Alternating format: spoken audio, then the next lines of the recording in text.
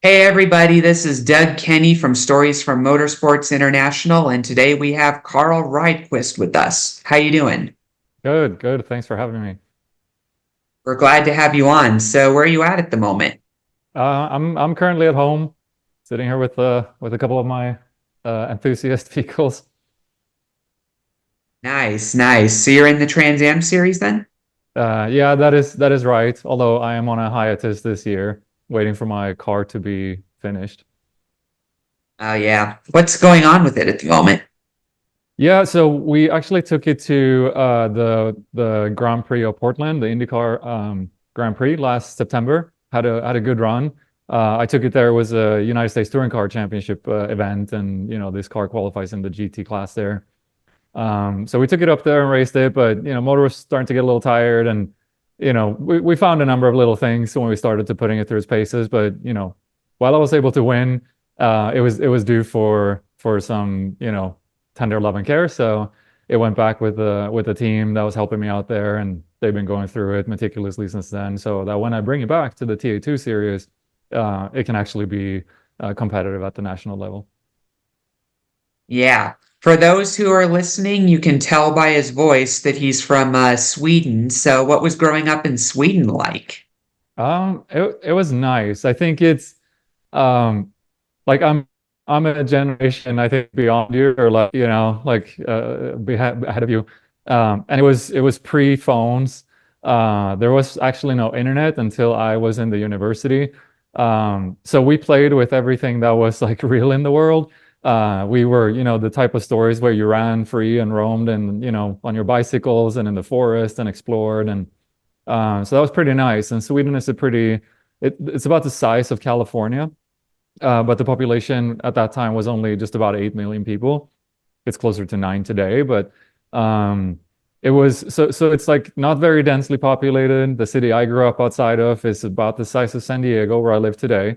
Um, and yeah, you had a lot of opportunity. Distances are close, you can get places. So like if we just fast track into, motorsports and stuff, it was easy to start to, go see your vinyl shop and go see another sponsor and go do something else in a pretty short span of time, like zipping through the city. Um, so those things actually enabled to be able to be efficient in the beginning. That's amazing, man. Had no idea it was easy to get racing jobs in Europe. That's pretty impressive. Yeah, I mean, so racing is technically like you are self-employed until you're not. So when you are self-employed, you need to be very efficient with everything. You need to be able to meet up with your sponsors, get the funds coming, and then yeah, have everything within close proximity, so you can be very, very fast with it. Yeah, for sure. What got you into racing to begin with?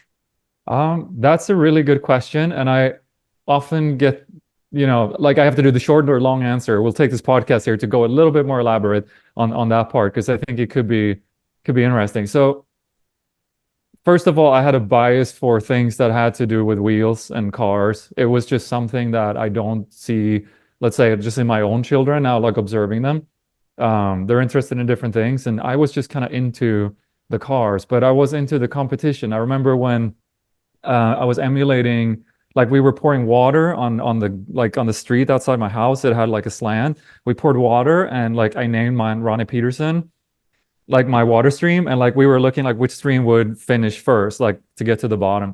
And that like so that's kind of like in me. And then, I started with RC cars, didn't compete like professionally or anything like that, or even at the club level, but I drove so much at home. And like my favorite was to, go to a gravel soccer field and like create a track there and just like keep lapping and lapping until, the batteries were dead, and then just, wait for them to recharge so I could lap some more. And you couldn't get spare parts that easily. I had to go use my dad's lathe to like make new drive shafts if I made a jump that was too big and, broke my drive shafts. And so I just kind of got into, I think, that like fixing and fixing driving mentality. And then it was essentially through some, indoor go-kart kind of rental events, like when they have like a league on the winters there, that I started driving more and competing, like sitting in an actual vehicle. Did they ever have like bobsledding or whatever the term is in Sweden and all that? Yeah, so that's more up north from where I grew up, and I don't know. Yeah, I don't know. It never. I mean, I look at it and I'm like, man, those guys are and girls are crazy. That's amazing what they do. But yeah, I wanted it to have an engine or wheels and like something like that.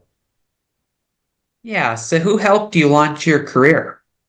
Um, I think like passively, I was very well supported by my family in general for like everything I did. Whether it was I was very passionate about playing soccer for a while. My uncle was a professional goalkeeper, so he was my big idol, and I was quite good at that. But then I got really into music and wanted to learn to play in bands, and like I love the movie Spinal Tap. That just, I started, some bands with my high school, friends, and we wrote songs and stuff. So I got into that and started to injure my fingers playing goalie. So I stopped playing goalie, but then I missed the sports when I was, um, you know, mainly focused on music. And then it was, it was never really like anyone like giving me and like the push or nudge to go racing. Like that was my own passion to go there. I saw some of my older brother's friends started up an endurance racing team, and when they were doing that, I kind of got bit by that, and like I went go-karting with them, and I did really well. And then I realized, hey, I can drive. That's something I'm good at. Um, and then from there, I was able to jump into a sports car that my dad had, a Lotus Super 7. Um, and I did some autocross with that, and that worked out well too. So I guess I got to support that, but it was passively, kind of like it existed there as something I could try out. But to get to like an actual racetrack, um, I had to go through the Sports Car Club of Gothenburg. Huge shout out. In Swedish, it's called Sportvagnsklubben Göteborg. So that's the Sports Car Club of Gothenburg, and they have a great licensing program that I joined and got my racing license. And then that's, I think, where I got the most kind of like cheer and support. And my first sponsor in Effective Expo, they were doing a lot of the Whitbread, sailing around the world promotion for one of the teams, and did all their logistics flying around their yachts so all over the world. And that was a great, really supportive sponsor. Still a good friend of mine. And like, yeah, Gerard, the owner, his kids, they're yeah, we're friends today. So that was a really good start. That's amazing. What was racing in Europe like, and what countries did you race in that series? Yeah, so in the Swedish endurance series, it was Sweden only.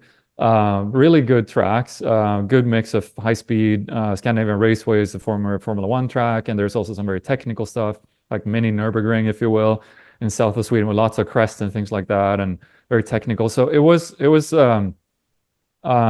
I think people do a lot with a little. Let's just put it that way. Budgets are nowhere near where we're at, except when you get to the Scandinavian Touring Car Championship or possibly, the GT3 Cup. That's when, you need more money. So I think the hardest part was to find, I think it's the same here. It's hardest part is to find the budgets to go racing. That's it. But in terms of learning, it's great because the tracks are great. You learn a lot of technical stuff. You often get exposed to rain in racing there, as well as during just like commuting.